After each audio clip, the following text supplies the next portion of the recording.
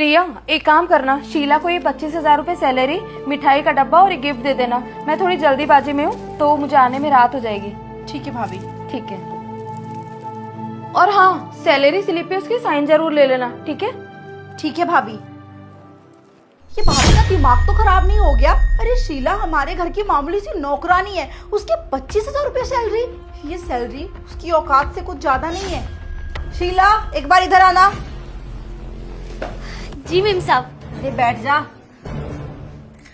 जी मैं तुझे इसलिए बुलाई हूँ, भाभी ना तेरी सैलरी दे के गई है।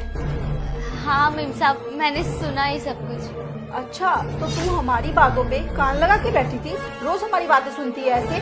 अरे नहीं मेम साहब, कैसी बातें कर रही हो? ऐसी कोई बात नहीं है।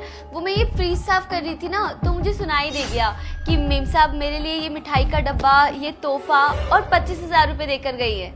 हाँ ठीक है, ये पकड़ अपनी सैलरी और यहीं रुकना, अभी आती हूँ मैं।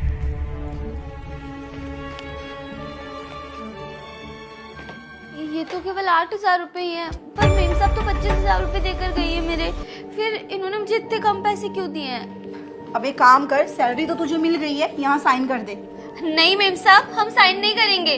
क्या तरीका है ये शीला? क्यों नहीं करेगी तू साइन? सैलरी तुझे मिल चुकी है ना? मेम साहब, आपने मुझे सिर्फ 8,000 रुपए दिए हैं और बड़ी मेम साहब ना मेरे 25,000 रुपए देकर गई थी। आप मुझे पूरे पैसे दीजिए, तभी मैं यहाँ साइन करूंगी।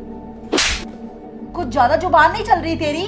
भूल मत, मैं भी इस घर की मालकिन हूँ, तो ज्यादा मुझसे जिद बहस करने की जरूरत नहीं है। चुपचाप ये पैसे पकड़ और यहाँ साइन कर। तेरी जितनी औकात है ना, उतनी सैलरी तुझे मिल गई, समझी? लेकिन मेम साहब, आप हमारे हक के पैसे खा रही हो, ये तो अच्छी बात नहीं है ना। मेम साहब ने जितने पैसे दिए उतने तो दीजिए आप। अच्छा, औकात है तेरी उतनी? इतनी देर से ना तेरी बकवास में सुने जा रही हूँ, लेकिन अब चुप कर जा। अगर मेरे आगे अब ज्यादा बोली ना तो मुझसे बुरा कोई नहीं होगा। जितनी सैलरी दे रही हूँ चुपचाप रख ले, वरना ये भी नहीं दूंगी। साइन कर यहाँ। मेम साहब, ये हमारे हक के पैसे हैं, तभी तो आपसे मांग रही हूँ ना।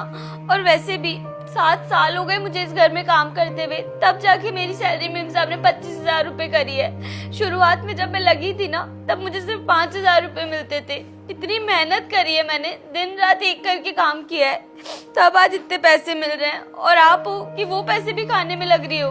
अरे चुप कर, तेरा रोना धोना सुनने के लिए नहीं बैठी हूँ मैं। ये दुखड़ा मत गा मेरे आगे, ये मेरा घर है, समझी? ये सब और करना हो ना तो अपने घर में करना। बेवकूफ कहीं की, इतनी देर से समझा रही हूँ लेकिन तू है कि समझने के लिए तैयार नहीं है।